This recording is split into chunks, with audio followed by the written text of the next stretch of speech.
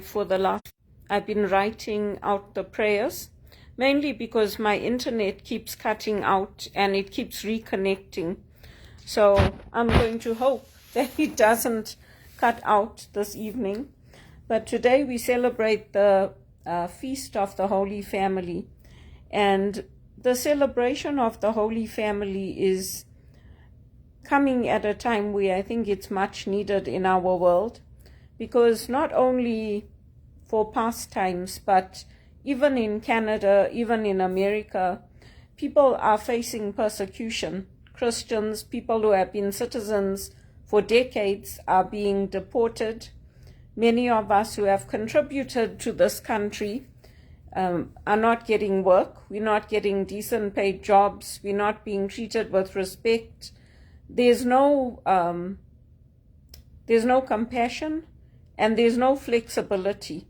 Like even in the volunteering I used to do for Bono, I stepped down because for me it was too much. Like we had to take screenshots of things and send them in, and it just, for me, I don't like rigidity like that. So I decided to step down, and also Bono decided to tell everybody, including the government, that he loves me. So obviously, if somebody loves you and you love them, you're going to be looking out for their interests. And I just felt, you know what, this is not working for me anymore. But I feel it's the right decision, because he's not even on the board anymore for the One campaign. And I don't see the point in being involved in something like that if he's not going to be there. I'll keep in touch with him on Facebook and social media. And if people don't like it, that's fine with me. It's not their life. It's not their health. And I've been with Bono a long, long time now. And some of the other artists that I've supported, like John Bon Jovi, Bruce Springsteen, Madonna, I used to support George Michael. They're all controversial figures, including George Michael. But for me, that's where the importance of the faith comes in, and the importance of how do we treat those on the margins.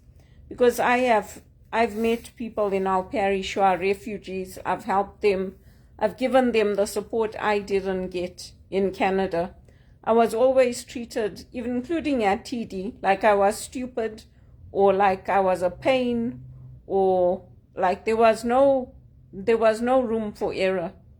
So obviously people who are in Canada, they don't make mistakes. They get shown something once and they know how to do it. They're perfect. Unfortunately, I wasn't. So anyway, I've tried to extend that compassion and that mercy to others because I haven't received it. And that's one of the things for me that's important in the Gospels, because Jesus, Mary, and Joseph faced very hostile governments. They face governments similar to what the governments are doing now. They're deporting even citizens. They're deporting and saying they want to send them back to where they came from. And many of us left countries because there was political upheaval, just like in Jesus's times. And God works to protect life. God works to bring about the protection of family, mutual support in the home, and to bring about right relationships in community. Many of us don't have that. And even the church is part of that sin. Yes, they do try to correct it when enough of us speak out, but it takes a lot. It takes a lot before the church actually changes. And I do have the support of the Jesuits and the priests to make these videos, to support my ministry, to try to get an income coming in from it. But they are not giving me a position in the church. They are not giving me paid employment. So with a little bit of accommodation, I do very well. And people come from different backgrounds and cultures, and that also would have impacted Jesus, Mary, and Joseph when they went from Bethlehem and from their hometown into Egypt because they were going into a foreign culture, but they were going to their own community. So St. Joseph was a skilled worker. Mother Mary was also skilled because she was a homemaker. And they protected the life of their child as well as their own lives. They didn't only look out for themselves. And that's what the Lord calls us to do, to help others, to protect our own lives and the lives of others. And that's why we call it a feast in the church, because where man wanted to bring about death, destruction, poverty, lack of home, God works to bring about the opposite. And we see that theme running through the Gospels. That's the good news that the Lord brings. And I have tried to use my gifts, my talents, my life to be there for others who have gone through the same experience as me. And we're still going through it. Because today in America, some of the people that are being deported, even in Canada and in other places, they're citizens. They may not have been born in this country, but they're naturalized citizens. And you see Christians being killed in Nigeria. You see women and girls being taken, put into harems. You see the desecration of churches, even in Scotland, which is supposed to be a Christian country. So we fight for our lives. We fight for our health. And even in the workplace, when I was working at Teleperformance, there were unsafe working conditions because they were a startup. They didn't have everything ready and they didn't pay us on time. If our pay wasn't right, they'd tell us, oh, you have to wait. It will be corrected in your next pay period. When people join, sometimes you have to wait for a month for that first paycheck. So all of those things are injustices in Canada. Even in the banks, if you speak up, if you tell them what they're doing is wrong, if you question them, then they tell you just keep quiet and do your work. Or they want you to pick up on things at once. It's not like their families picked up on things at once. So there are big injustices, even in Canada. And they put us into the worst paid jobs. We're the most highly qualified. And we're the most skilled, we're the best workers, we get treated the worst and put into the worst paid jobs. And it's humiliating, just like it must have been humiliating for St. Joseph and Mother Mary. Baby Jesus didn't know because he was a baby, but it must have been humiliating for them. But they protected their lives. And so some of the things that I reflected on as the Jubilee year ended is what are the gifts and the graces that I've received from God this year. And one of them has been God saved my life. Because for a long time I couldn't find a family doctor. And if they hadn't checked my blood pressure because I was a new patient going in, I would have lost my life because my blood pressure was too high. Because of the unemployment and the ongoing unemployment and stress and battling against people who think they know what's right for me. All of those things took a toll on me. And lack of accommodation in the workplace. I could have lost my life. But God used that injustice to save my life. Because I found a new doctor on my own. The government didn't help me with that. I found a new doctor on my own. There were fees to pay because I had to transfer all my documents because Dr. Ng couldn't find someone to take over his private practice. So I had to pay for those, get the files, and then send them to my new doctor. But because of that system that Dr. Ng put in place, my doctor's got all the history, including the harassment, the police investigation, the anxiety. He's got everything recorded so he can have a good idea of how to help me, how to treat me. He knows I'm a spiritual director. He knows that my friends that I have are through the church. Because once you leave a workplace in Canada, they don't want you to stay in touch with people too often. As far as they're concerned, you left and now you must go. And it's very difficult because sometimes you leave a place, like I left Credit Suisse, and they're like, oh, you must stay in touch. If you need references, you must come to us. We'll help you. And then when you take a box of chocolates, like me, you get sent a cease and desist by the stupid lawyers who don't understand your relationships or the work you did, or that they wanted to keep you but they didn't have a job for you. And when you say no to being friends with their VPs, then they come after you. And they say, oh, don't play hard to get. Oh, he was hoping to be your friend. No. I come from Zimbabwe. We don't mess around. We don't have friendships with people. Maybe over a long period of time, like I worked at Teleperformance a long time. So some of those managers are now my friends. But it's mutual. If I say to them, I don't want to be your friend, they're not going to force me. They're not going to contact the church and the airways and the police and everybody telling them, oh, they were hoping to be your friends, or turning it around and saying that I'm obsessed with them. But this is the same injustice the Holy Family went through. And Herod's quest for power. That's why he killed the baby boys afterwards, because he didn't want a king to replace him from outside his family line. So politics and faith are intertwined. They intertwine, just like when I fled Zimbabwe, because my mother told me, you better off going to Canada or Australia, don't come back here. That's how I came here, as a professionally skilled worker. I came with degrees, I came with money to invest, and I was treated badly in the workplace. Where I come from, the executive assistants don't have to get the projector, set up the room, do the setup and the tear down. You're just there to oversee. You're just there to guide. You're just there to facilitate, to book the meetings, and to help.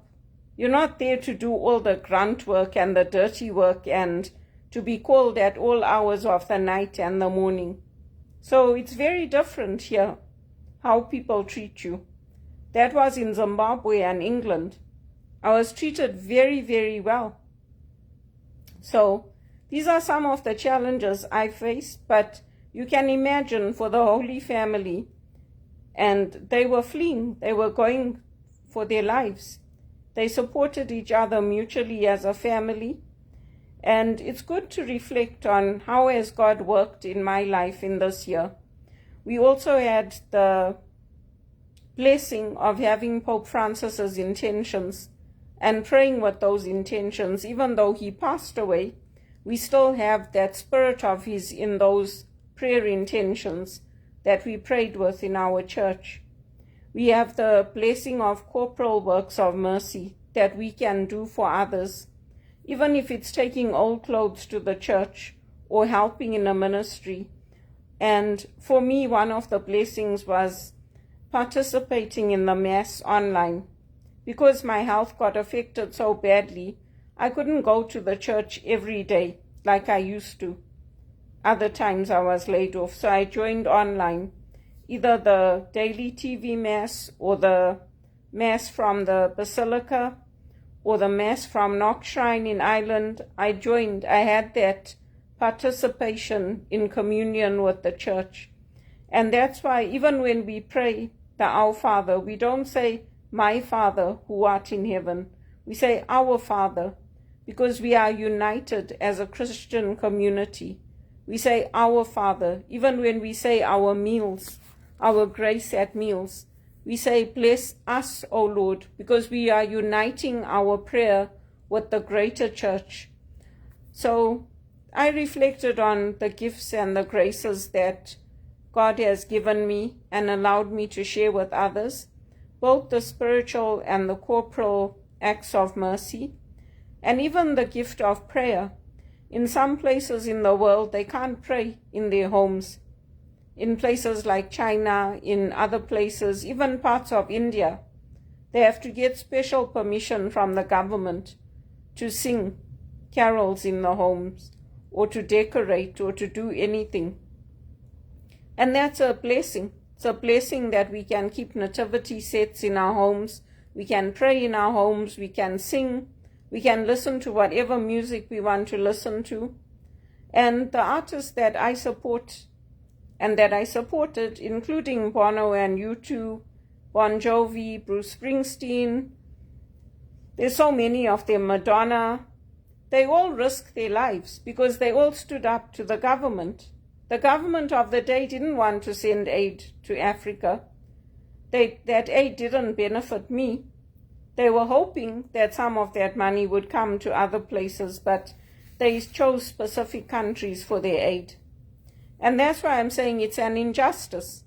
If I work hard, if I prove myself, and if I've done a good job, the companies here should support me.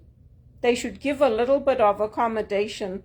They should have a little bit of flexibility in the volunteering that you do. If they're going to be so rigid, people are not going to want to work for them. And moreover, they protect the criminals. They have a laugh out loud culture at TD.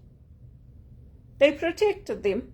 They kept many of the people that were involved in fraud and the corruption and all that. They've still got good paying jobs. They're still executive directors or managing directors. And they say, oh, well, we trust the people on the front line. Yeah, but you're supporting a culture that perpetuates it. And people like me can't get good paid executive assistant jobs or HR jobs or jobs that are more administrative and aligned to our personalities, even in the church. We can't get those jobs. Father Larry wanted me to do what Maria's doing, to help with serving on the altar, to carry the cross in, to be able to do those things. But there's a hierarchy in place, so he can say he wants me. He makes the decision, but other people also have an input. I don't have any paid jobs in the church, and when I do get them, they pay $11.25 an hour. You can't live on that. You can't buy a home on that. You can't do anything. And Maria's supporting me, the person that they employed in the church. She's supporting me getting a good paid job. And she's supporting me getting work through the church and for my ministry. So I'm hoping this year is going to be a better year for us, for our family, for me. And I'm hoping that this injustice will end. But if we don't use our voices, if we don't stand up to it, it just continues. It just continues. And I don't have an Indian accent. I have a very British accent. So I keep failing those tests at teleperformance. You know what? I'm not stupid. I'm not stupid, and I had tenure there. So why would I go back to them? They don't even want to have the tenure. They told me if I come back to work for them, they're going to start it like a new contract and from day one. So why should I go back to them? And they don't even want to pay me. Other campaigns are paying over $50,000, $60,000 a year. They wouldn't even consider me for those. So I'm looking outside. I'm looking elsewhere, and I'm praying that God will open up that right job for me, that I'll get the income coming in for my ministry, for the work that I'm doing. And I thank God for all the blessings, and including the help that I've received, the mutual support from family and friends, and even the refugees that I've helped, the refugee families I've helped in my church. I pray that God will continue to bless that and continue to fill me with His hope, His love, and faith. And yes, I do love Bono. So yeah, I'm not going back to the one campaign, because that's what he wants from me. He wants me to tell him if I don't like something. He wants me to be able to speak up and to use my voice and tell him, and to do it out of love. And that's exactly what I'm doing. I'm not willing to apply to be part of the team, to say, yes, I'm committing for a year. That's not how I joined. And if Bono's not there, it's got no meaning for me. I refuse to do it. That's it. I refuse. And I don't know why he told all the government and everybody, because to me it's got nothing to do with them. But I just hope that I can get work, because I don't want him to keep calling everywhere I work and everywhere I go. If he wants to talk to me, I want him to set up something to talk to me, because these other people are strangers to me and they don't have my best interests in mind and my family. They're looking out for themselves. If they were looking out for me and they were looking out for Bono, I wouldn't be completely broke. I wouldn't be completely out of work. I wouldn't be without accommodation at work. My health wouldn't have failed. And that's what I want him to know. We can't do anything on our own, but God working through us achieves the impossible, and God protects life. God protects life, just like he protected the Holy Family. God protects life. That's what I say. So I hope this internet didn't cut out. The connection is very slow, but I might write a prayer before I go to sleep. But that's my reflection as we close the Jubilee year, and we take the intentions of Pope Francis and his life and his legacy with us. And the Jubilee song is beautiful.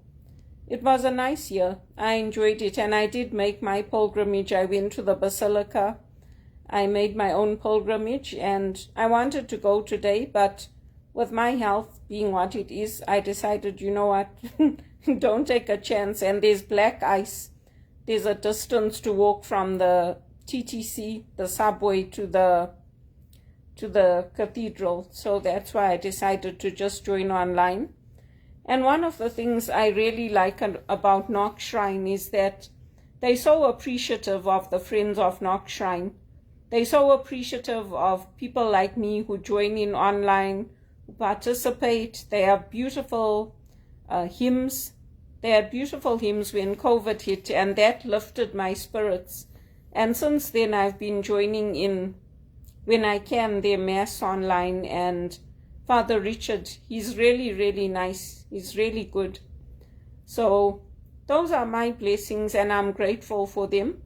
And I hope that the Feast of the Holy Family will touch your family too, and that you can have time to reflect on the gifts and the graces that God has worked in your life. And I hope that my life has been a blessing to you and these videos, because that's my ministry and that's my calling on my life. It's just sad that I couldn't make the money I need from it to buy my own home and to be financially secure, because in Canada I've faced so much unemployment, instability, and the Canadian dream is broken, not just for me, but for millions of us, because that's not what we came to Canada for.